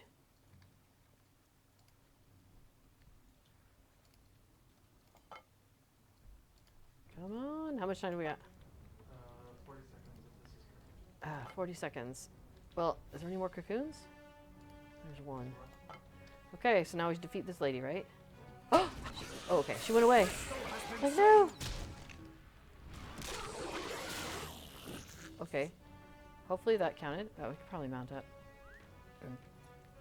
Completed spider assault. Did we get platinum finally? Yeah. Oh my gosh, that was so crazy. How do you see where the platinum is? I didn't have platinum. Oh. Before it's like, I didn't have platinum, now I do. So obviously that was a platinum. Hey. Okay, so now I'm back to my normal post here. I'm going to check on these banners, because that's usually a thing. Okay, they're both in good health. How's my barricade? Barricade could use a little health, so we're going to take care of that. I'm very grateful that they're not in the middle of like some major battle at the moment here, that they've been just... Oh yeah, focusing on sappers was... Yeah, before had their people focusing on the sappers, which is great. Oh, fall back. Oh, do I have time to grab the stuff? Okay, we'll try. Enemy archers approach. The time is very short. Fall back. So basically what happens is we have like a little bit of a timer here. And if I'm still out here when my timer ends, it's going to just shunt me back whether... Yeah, to where I need to be anyway. So, you know, I'm going to grab my toys and then jump on my horse and ride. Problem is I can never remember how to get out of here. This way, okay. That's another thing that happens, why I ended up like back and, yeah, like that. Cause I'm like, I end up going the wrong direction half the time anyway. So that's fine. It's fine. The archers approached and they took us out, which is fine. I still have my toys, so that's the important thing. Okay, I'm going down this road until I find the shieldy thing. Can I improve these? Probably not. I was wondering if I could improve the barricades. I think I'm going, yeah, this way. Okay, cool. So we have a commander here, and we're going to have enemies coming up the road this way. So we're going to throw a barricade in their way. And I want my ballista, man, because I have it. Too close. Okay. ballista you. Okay, just put it down. Just put it down. And we put some caltrops down. And let me upgrade my barricade. So the epic battles sometimes, especially when you're first doing them, can seem chaotic and overwhelming. But there is kind of a rhythm to it, as we were talking about, like how I was like, you know, how much time we got, like, you know, giving me the timing, because there is kind of a rhythm to like how long before the next thing, how long until the next thing happens. And the other thing is that, what's that flag there? Did you do that? Oh, wild. Makes engineers better. Thank you. That's awesome. I'm faster.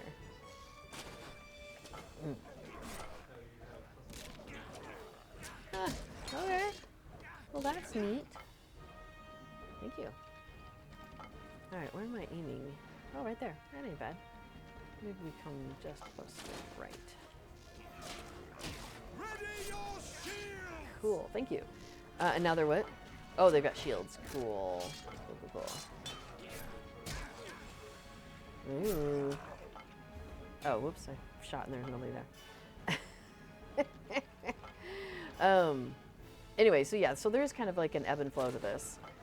There is a rhythm to it, and sometimes just doing it often enough will help you to kind of like start to see that rhythm. So that helps. Like, we've done this a few times now, and we're starting to like with the spiders thing. We have failed that so many times that we're like, okay, that didn't work. What about this? Okay, that didn't work. What about this? That's right. We failed it so many times, success was practically guaranteed. So I think that's part of it, though, is you just have to be like willing to experiment. Uh-oh, we have a new quest, preparing the charge. What's this? The enemy has constructed camps and traps on the path out of the glittering caves. Okay, let me join you. Oh, it's this one. Okay. Oh yeah. Okay, so this one's a little wacky. We did this one before. We have to dismantle stuff. Yep. Well, the good thing is I should be kind of fast at this, I would think, because I've got points in these things. All right, is that good enough? Let's see, there's traps on the road that can trip you up, like that. See that little dot there? That's a thing. Also, this is okay, that was a thing. So, like, so we have to disable these traps. Why can't I click on things? I can't seem to click on it for some reason. I don't know. Anyway, and then we've also got bad guys.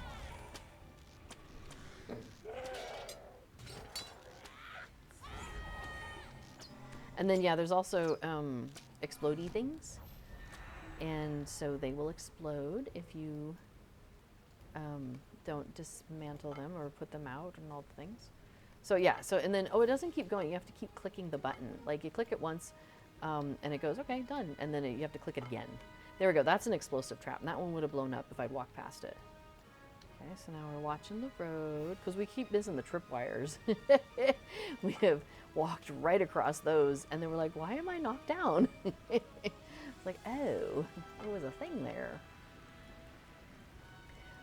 So we have to do so many traps and things disarming and unexploding. So we have to, let's see, so far we've disabled 22 traps, doused 3 fires, and destroyed 1 enemy barricade. I'm not actually sure what our goal. Have we gotten platinum on this one before? Okay. So this one doesn't matter. This is just for goodies. Oh, for. Yeah. Okay. Okay, so center barricade here.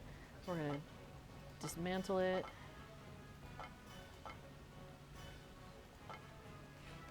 Okay, that one's down. See, there's another tripwire over there. And then we got this guy, which he got knocked down. He's not going to get back up again.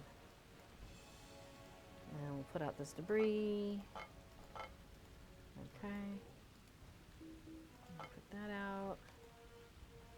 And we'll dismantle this trap, the snare, and we'll dismantle this tripwire. Yeah, so this one's a little wacky. It's like, I don't know, it feels very different from all the rest of the things that you do in these epic battles. Oh, there's the boss at the end. So we don't want to attack him until we have platinum? I see. Apparently we are sitting at gold.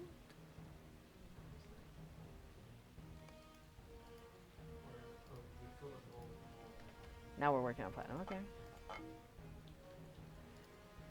Let's see. Snare. We have skipped a lot of barricades. Do we need to do all these barricades? Okay.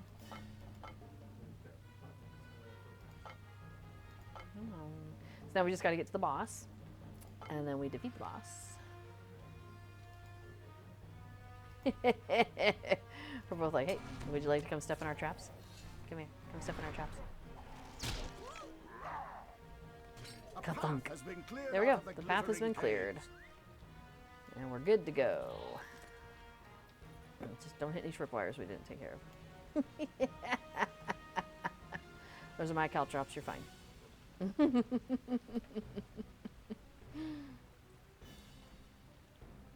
Yeah, there's a snare we didn't take out. Those are the barricades we didn't deal with.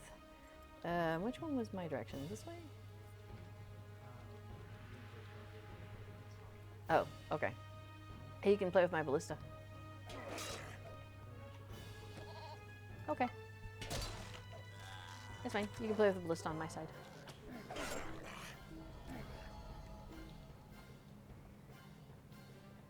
So we're swapping sides. This is the side that Affildale had, but Affildale did not bring a ballista, so I am, my ballista is available for them to use over on the other side. You can shoot whatever you want over there. Put down some caltrops for additional damage, because who doesn't like that? Check the flags. How are the banners doing? That banner's got full health. That banner's got full health. It's got a little indication underneath it. It says flammable. This can be set on fire. Oh, but it gives us plus hope. I didn't notice that. Your heart is glad to have found a beacon of light in the dark. +3 hope. Yeah. Oh, okay. So we finished our little side quest really fast, apparently. So we probably have another 2 minutes to leave this out. So it's possible we might need to hang out here for a minute, wait for the enemy to start coming again, because they try not to like overwhelm you, which is nice. Now the funny thing is, if I were to run out there, there is a point. The bosses still block the exit from the glittering caves. The Urk bosses still block the exit from the glittering caves. And before it's like, lies, we took him out. Okay, so that's the pacing. Now they would be like, okay, you should be getting close to the boss now. And we did already, so we did really well. We got Platinum Plus. Oh, another thing that you get when you do these, I forgot to check my inventory, is you get these boxes. So, like, this is a Quartermaster's Fine Armaments. Excuse me. So I opened it up and I got some Stars of Merit. Let's see, let's open this one. I got some Stars of Merit. Oh, really? I don't have anything coming right now. Some more Stars of Merit. Oh, and a Greater Essence of Critical Defense. And then, here we go. Usually they give you jewelry at some point, too. And it'll be jewelry that's, like, of your level. So I will definitely want to check that against what I already have. Oh, there we go. I got a... Oh, completed the Glittering Caves. Good job, us. Are they? Oh, maybe I should come over there and shoot things to get that over with. So yeah, so that's another reason to do these big battles, is because these epic battles, is because they give you, they can give you some really nice jewelry that's quite handy. Okay, the women and children are safe and our supplies are secured. Hooray! Good job, us. So I got a platinum reward. I got a silver epic battle reward. Oh, that's probably from before. And a gold. I think that was from before. I think that was from the last one we did. So we'll come back to that. So in a minute it'll kick us out. Like it automatically kicks us out. Also, it's like it bumps us artificially to like level 100. So even though we're level 95. So it's kind of like a level playing field in that regard. Everything is like the same level. And it does that for when you're doing the stuff in Pelagear also. So, okay, so I want to look at this. So we just did the Glittering Caves, and we did the solo duo version. So we've got platinum there, platinum there, platinum there, platinum there. So we didn't get Cave In. So I still have that one to do. And then we didn't get Bombs and Bats, so I still have that one to do. I'm terrible at Bombs and Bats. We've tried that, although apparently we got platinum a different time on a small fellowship when there's 3 of us in there. But Bombs and Bats on the solo duo is... Lost it every time. Yeah, lost it every time. Yeah. Yeah. Bombs and Bats and Bombs and Bats. Hey, Explorer after, do you have a desire to do another one, or are you winding down? I'm ready to wind down. All right. So, yeah, I'm just connecting with Boar Fountain back there. So he's going to go ahead and start getting ready for his stream. And we'll go ahead and start winding up here. But okay, I was just going to show you. So, like, it's kind of cool. There's, like, the count of platinum medals you've earned on the main objectives of all the epic battle instances. And then the count of golds I've earned and so forth. But then also on the side objectives, it's got, like, you know, the same kind of count down here. So that's kind of fun. Oh, there was one thing I was going to show you, though, that I want to make sure I didn't forget. So down here at the bottom, you'll see there's, like, these different tracks. So this one has the bronze image, and then this one has the silver, and this one has the gold, and then that one has the platinum. And at the end of the gold and platinum, there's like a bar that goes all the way along, and then at the end of the bar, there's what's supposed to be basically like, I think, a box, like a present, and that, like, those boxes that I got, that I just opened, I think is what that's supposed to be indicating. So the gold and the platinum, they just do. When that bar fills up, you get a thing. But on the bronze and the silver, you have an option. There's an arrow up above and then the present down below. And so you have the option to click the arrow, which I have done. So I have the arrow pointing from my bronze, and I have the arrow pointing from the silver to further up. And so basically what that does is then as I fill up that bar, I believe maybe it waits until the bar is full, it'll automatically, instead of giving me a present, it'll shift that experience into the next bar for me, which means I'm not going to ever get presents that are of the bronze or silver level. I'll always get the gold and the platinum level gifts. So that's really useful to try to have that going. So and so now I have 9 points. Okay, so I think that covers pretty much what I wanted to cover with this. The thing with the epic battles is that you'll see it has 1, 2, and then 3, and then 6, and then 12 listed.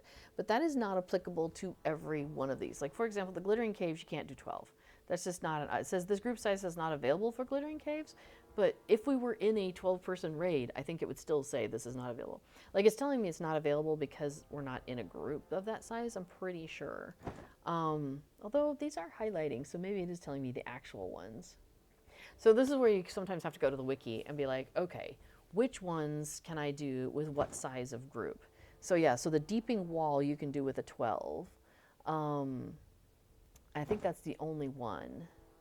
And then the rest of them are smaller groups. So, so that's kind of I don't know. I like being able to choose my group size. Like, you know, I like being able to do 6 because we often have 4 or 5 or 6 when we get together. And so I like being able to do the larger ones. But Anyway, you know, that's what you've got as an option. Those are the options. Yeah, so that was a whole day of epic battles. So I hope that was entertaining. I hope folks learned things. I hope that was interesting.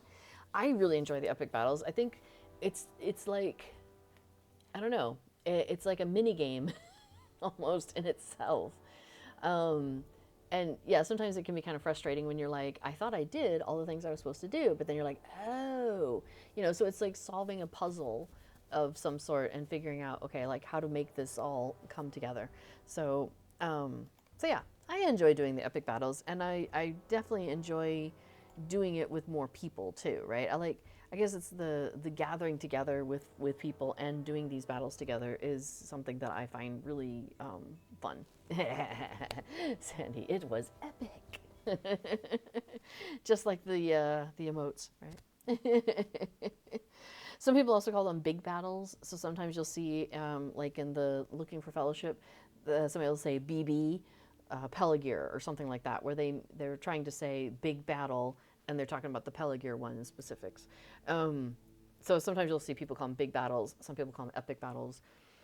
I tend to call them epic battles because that's what it says on the little thing you can't see behind my face, but like right there is where I'm going. So I'm clicking on the little tick, the little chevron above there, on that, and then the epic battles is the third one that comes up, and then it even says on here, the thing above underneath the tree beard there, it says epic battles, epic battles. So that's why I usually call them epic battles, but sometimes people call them big battles. It's the same thing. Yeah, so what else? I think I showed you all my house last time. We did a bunch of housing stuff. So the anniversary festival does start on Thursday, so very excited about that. It's the 17th anniversary, so those little, up on my screen, I've got the 16 little diamonds up there. Those will turn to 17s. I haven't actually looked, but I might actually already have access to that, to that image. So I'll need to swap that out before next week's stream. But yeah, it'll be cool to see what we get. I know there's some images out there already of some of the goodies that are coming, but I haven't really done a lot of looking yet, so I'll just wait and see. I'll be surprised. But there will be a new 17-year gift for people who've been around for 17 years. So that'll be something we don't know about yet, like we won't have seen it yet. I will be getting, I think, the 7-year gift. So let me see if I can find it real quick. Oops. Lotro anniversary gift boxes, yeah. So because every year they come up with another gift box to do. So if you ever are curious about this, if you go to that link on the Lotro wiki, and it has each year the gifts that you get. So for example, the year 1 is fireworks, so I have those.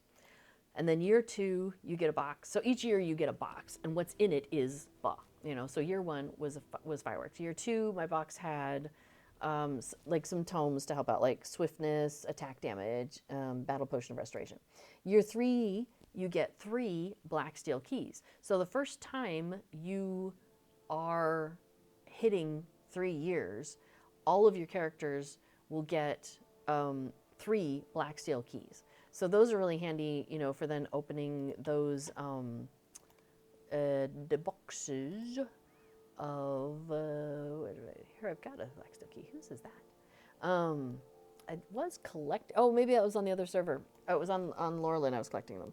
I'm not sure, but the loot boxes. You can open the loot boxes in the with those. And right now there's like stuff that's related to a cat.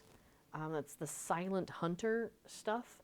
So let me pop over to Lalia's real quick, because I don't think I've gotten it on this character. I'll have to double check, actually. I could have just looked at this character. But yeah, there's currently the Silent Hunter set. And in those loot boxes, yeah, Ninth Pawn says the keys are really nice. I think that is a really nice gift, especially like on your 3rd year. I'm like, that's a nice idea. And you get 3 of them, and every one of your characters gets 3 of them. So now what happens is anytime I start a new character, that character gets 3 steel keys. So that's kind of cool. So Myrtle Mint is here right now. So like there is the set of an outfit set of the Silent Hunter. So there's the boots, the bracers, the mantle, and the tunic. And so you've got like a paw print here. It's basically like what is Will and Whisker? Like a bobcat, basically. That's what they're working on here. So then you've got like a little kitty cat face there, and you've got a kitty paw print there. And then in the mounts, let's see. There's also the tapestry of the Silent Hunter. You know what? That's over on Laurelyn. I don't have that on this server. And the steed of the Silent Hunter, which it would appear I might not have on this character. I probably will want to get that. Silent. Yeah, I don't. It's a little shiny on the one hand. And then also there where that kind of white splotch is basically a silhouette of a cat. Hang on a second. Let me see if I have enough. Yeah, it'll cost 5,000. I have 6,000. Sure, let's just do it. Yeah, let's do it. Okay, so yes, I want to put that mount on me. Thank you very much. And let's go ahead and mount the mount. Oh, you know what? It might match my outfit too. That's kind of convenient. Not so bad, not so bad. All right, so let me move these out of the way. There you go. So there's the steed of the Silent Hunter. So you've got like a little pack on the back that goes across both sides, and you've got like some nice mane action going on there. Pretty stuff in the halter and stuff. Oh, it's like a kitty cat on the top. Oh, that's funny. I hadn't actually noticed that. What got my attention was this here. You can barely get it into screen in a good action, but you've got like basically a silhouette. So that's the cat's face. There's the cat's ears. It's got like a swoop of hair or fur coming down, and then like a swirl here for its body, and then it looks kind of like a tail that then comes out here. So I just thought that was really cool because I love cats anyway. So I was pretty excited about getting that mount for, my main characters. Yes, silent but shiny. It is very shiny. Like, you see how, I don't know if you can see, the reflectivity on that.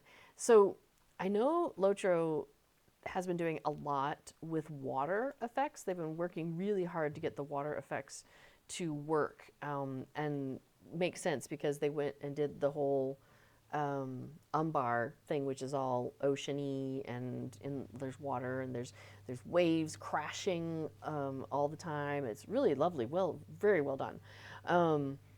So now I've seen that they've incorporated that into some of the armor and things. So for example, so this one, you see how it's got some shininess to it.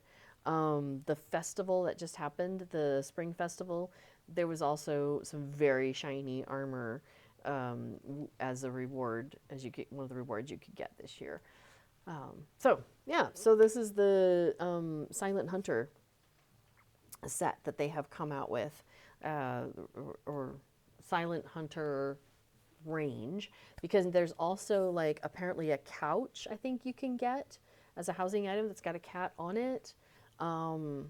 There's a handful of like Silent Hunter housing items, and they are not available from Myrtle Mint. Not all of them, because take a look real quick. Housing decorations. So there's a pelt of the Silent Hunter, which creeps me out. There's a tapestry, which has like that same kind of cat in the middle of it. And that's all of the Silent Hunter housing items that you can get from her. Now, it's possible that they'll be with the curator. I'm not sure. But you can definitely get some of them in those boxes that you open with those steel keys. So now's the time to start saving up. Let me look at my alt inventory real quick. Do I have any loot boxes? I do. I have one. Looks like I have one in shared storage. So what I normally do, because they will fill up your inventory like so fast. So what I normally do is Alt R? Yeah. Alt R opens the filter panel. And so I just filter them completely on my account. So when I'm running around, I don't pick them up. But there you go. I've just gone ahead and taken that off. I just dragged it off. So as I'm questing in the near future, they will potentially start dropping into my inventory. So if I have any new characters, I could use them and their steel key to open up a loot box and see if I get some of that Silent Hunter housing stuff. Because, or I could start a new character. You know. I'm going to take a look though. But through the rest of the seasons, let's see, year 4, you get a set, of 3 blue cosmetics. So the Azure party dress, the Azure tunic and trousers, and the Azure cloak, the festive Azure cloak. And then year 5, you get the steed that goes with those. Year 6, you get the war steed cosmetics that go with those. Year 7, you get another black steel key. So that's what I should be getting, I believe, this next one. Because, let me see, my war steed... Can I get on my war steed here? That's really funny. I'm my war steed in the middle of Bree. But if I look at appearance options, and I think I have, hang on a second. Yeah, I have the festive Azure set. So that means that I already have gotten my year 6 stuff, which means year 7 is what I'm getting. Hey, we have matching, well, not currently, but I had that steed out myself. So all of my characters will be getting 1 black steel key this time around. I'm also going to get some fireworks, a title, 7 stars, and a shield. All right, probably a cosmetic shield. Cute, cute. Now you match. Oh, nice. Where'd you go? Hang on, let me get off my war steed. There you are. Cute. Yeah, I haven't quite found something that matches in the color scheme that I like, so I'm gonna have to go with probably something that's like either contrast or not use the mount. I'm not sure. I can't make up my mind. Yeah, see, that looks cute too. That looks really cute. Oh, just to round it out though. Okay, so for the the downtime box. Yeah, that was nice. That was a nice gift. We had some downtime. Lotro had some downtime. Maybe you heard about it. So as a gift, they gave us a code. And when you put that code into the store, you could get this box that give you, it was a selection box for mounts. So this is the one that Affadil chose. Very nice. So if you're year 8, you'll get a box with some orange fireworks and a hooded cloak. Monster player characters get some other things. 9, you get some white tree fireworks and the blue orb emote, which Affadil does have. I've seen you do that one. Year 10 are some dragon fireworks, permanent, and a frame. So this is the blue orb emote. Isn't that cool? I think your other, the frying pan not included. Oh, apparently there's a red orb, and you can get that from the Lotro store. But the blue one, you get this one that changes different hues of blue. You get in the 9 year. So I'm 2 years away from that one. Oh, 195 for the red one. That's not actually too much. Year 11, you get pinwheel permanent fireworks, and you get the 11sies emote. Year 12, you get the sleigh bell. 5 eagle fireworks and a frame and a title, abundantly sublime. Oh, you got the title 11sies for 11 year. 13 year, you get a 13-year frame, the tome of the mysterious celebration pig, and the baker's dozen title. I'm not going through the monster ones, but they're pretty similar. Let's see, 14 years, you get the fabric sun hat with ribbon, the short brim fabric sun hat, and a permanent fireworks of willow fireworks, and also gem without measure, because that year was all about gems. Oh, funny, the monster players get enemy tears fireworks. 15 year, got a frame, soaring fireworks, soaring pinwheel, the tome of the chestnut corgi, a light weapon aura, and the title clear as crystal. And then 16 year got incandescent fireworks, 16 year frame, and the title illuminator. So it'll be interesting to see what we get, what happens for 17. So we'll see. So Loshire said, that's the steed I got. Nice, the springtime one. It goes well with the dress of the entwining blossoms. Yes, the entwining blossoms. The Ents are winning. We like it when the Ents win. I got something over on Laurelin that completed started a deed for a mount collection deed. Because I'm a sucker for those. So I'm doing some of those on this character and some of those on my main character on Laurelin. I'm kind of going back and forth, but they're both Rosenblooms, so, it's all good. I wish there'd be a way to, like, combine my Rosenblooms at the end. That would be really funny. It's like combining Lotro in a merge game. Anyway, all right. Well, I think I'm going to wrap it up here. So Anniversary Festival starts on Thursday, so make sure you pop in starting Thursday over the next, 11 months, at least once, and get your gifts incremented, because what it'll do is it'll basically be like, yes, you logged in, ding, and you then are checked for that year. So then from everywhere from then forward, anytime a character of yours logs in, they qualify for receiving those gifts.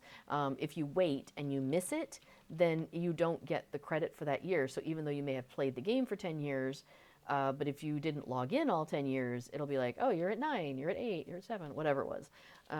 So you want to make sure that you do get that. Well, you know what? I don't even know what this week's freebie is. I have been busy. This week's freebie is, a free universal ingredient pack. That's nice. And the coupon is Unipack. So what you do is you go into the Lotro store. I'm not going to do this because I'm going to go use this on Laurelin. But you then, in the Lotro store, you just copy and paste. Don't try to type it out, but copy and paste the code, and you put it down here into this bar here where it says redeem code, and then hit the little present button. And then it'll go ka-ching, like a little cash register, and a little thing will show up here in the top in the middle being, you've just been awarded blah, blah, blah. So you're good to go. That's how that works. What are our sales right now? Mark acquisitions, XP boosts, enhanced XP supply. Okay. So if you're in a rush, there's stuff. Yeah, nothing that I need. That I need right now. All right. Well, let me know if there's any other questions. Put that in the chat real quick.